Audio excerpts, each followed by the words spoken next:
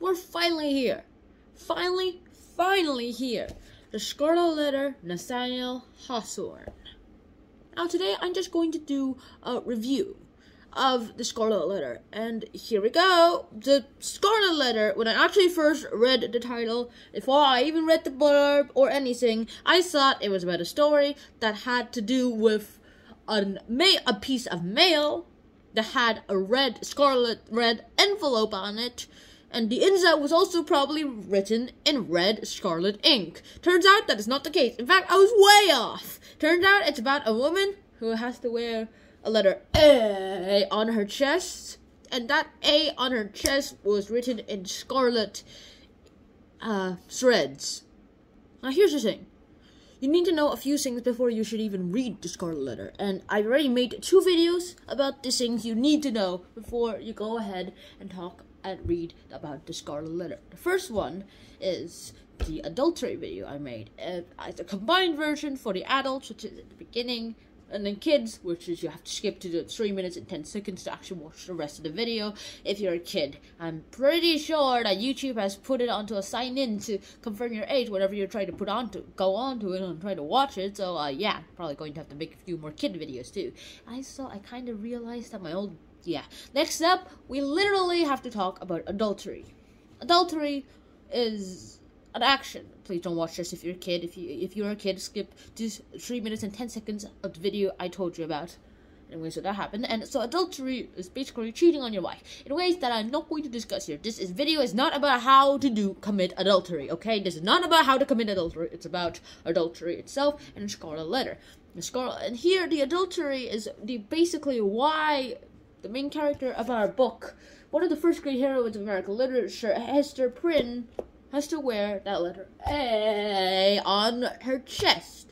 In fact, Nathaniel Hawthorne, although this is probably fictional, entirely fictional, as authors make stuff up just so they could get a paycheck, said that he found the story of the Scarlet Letter on a manuscript just right after he was being kicked out of office. Like, there, he literally finds the fact that there's a patch with the letter A written right on it, and there's also the manuscript, what turns out is this whole book, other than the part that Hawthorne wrote himself, which he called himself the Custom House. Here, let me show you.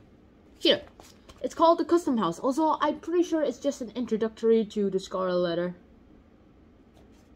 Next up, we're going to have to really talk about about Hester Prynne. Hester Prynne herself is probably the symbol, but not much as her daughter is as a symbol, because her daughter Pearl is such a good foreteller. She can literally know things that she's supposed not to know. She knows things like adultery when she's literally 5 years old. She knows about adultery still when she's 6 years old, and then she sees the depth of a man in front of her eyes, and when she was 7 years old. That is such a lot of bad things that you should see when you're an adult, and you should not see if you're a kid in such a short time. She saw so many things that only adults should be allowed to see when she was still young, and I've done that to myself. Lots of today's generation is actually seeing things that back a long time ago, adults would say, you should not have seen that!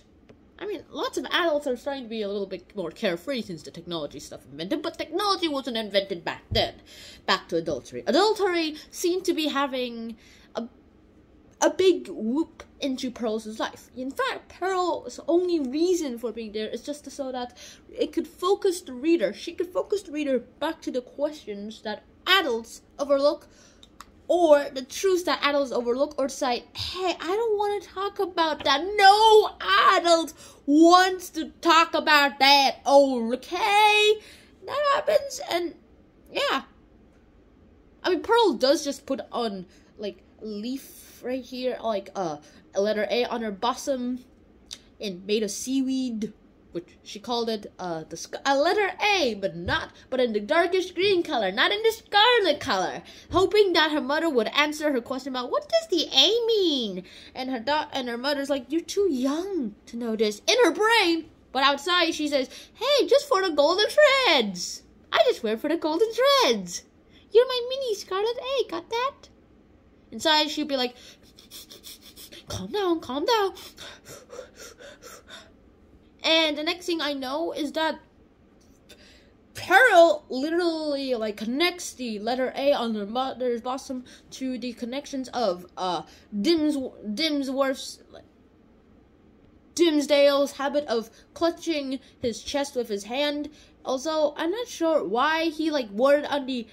Why did he wear it on the inside and not on the outside, Mother? Like, Pearl literally asked that question. It's like, I mean, we don't even know what's on there. Also, Chillingsworth was pretty happy to see it. It maybe has to do with the revenge on, hey, I just found who my wife committed adultery with. Yippee-ki-yay, yippee-ki-yay. I'm not even sure he's supposed to be a doctor, Chillingsworth. Turns out he's a scholar.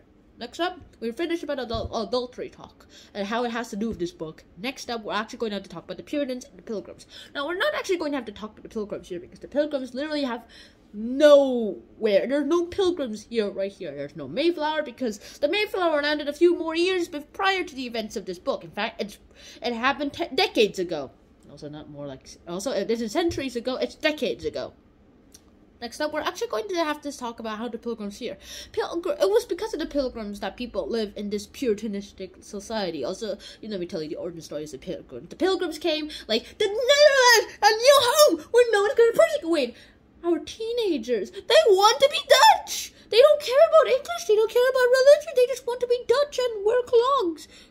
No, why did we come here? And they packed up all the stuff, forced their teens to go against their teen angst and go on the boats to force them away from Dutch culture and stop speaking Dutch and make them forget Dutch. I'm not sure how though. And then they went back to the Netherlands and they went to the New World. They're like, let's go to the Virginia Company. And they were like, wait, we're way off course. We're way north of the Virginia Company and it's the December, so we can't go there right now. We're stuck here with little food, but our first priority is the rules. We're not in Virginia Company land, so we can't follow their rules unless we want to, but we don't want to, so, hey, what rules should we follow? So they made the Mayflower Compact, and now that priority's gone, second priority, find food. Also, I'm pretty sure that should have been the first priority. They decided, like, hey, we have some seeds here, let's grow them on American soil. They try to realize that the soil in America is different from British soil, and like, no, we're doomed. And then it's like, our last resort, Indians, you sinner, Indians are not religious. They will be if we teach them religion.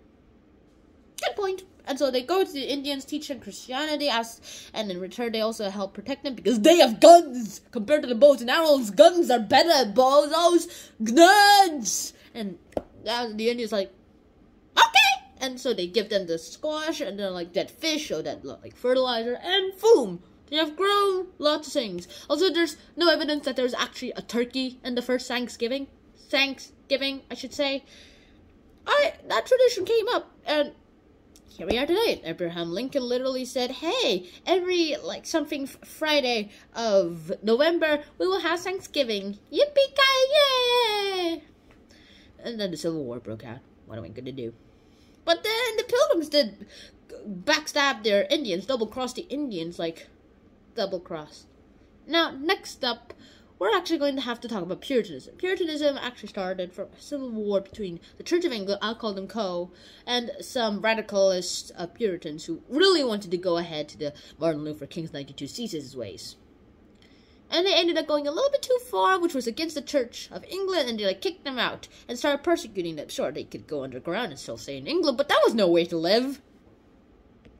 I mean, would you rather live underground in a really secret way and start tricking everyone you love? Or go up and say, like, all that guilt is washed away. All that guilt is washed away, of course. You'd rather be up there than go underground with your tricksters, unless it's war. And it is war, but they didn't really want to go underground, so they went to the New World! After Netherlands, of course. And how does this have to do with this book? Well, this whole book this colony originated from all those pilgrims. And since adultery is against the seventh commandment, of course Hester would have to be publicly shamed, also if not killed. And why should you even read this book? I mean, you should read this book because it actually shows the power of women and self-will and self-importance could do for just one woman.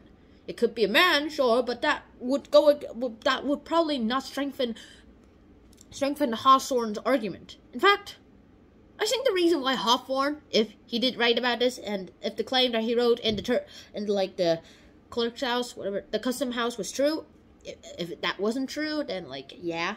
Well, if Hawthorne wrote this, I'm actually sure that if he wrote this, he would have wrote a woman as his main character because of the self-will that she would have, so that she could go ahead and show the world what a bunch of nerds they are, and that not all nerds are cool, especially this one. Because there are reasons, and you do need justice. Pearl was here just to keep everyone on the same track and be naughty, so that people would focus on the things that they don't want to focus on, but they should. And Chillingsworth is here to show Satan, to be honest. Also, I don't think you need Satan to be evil.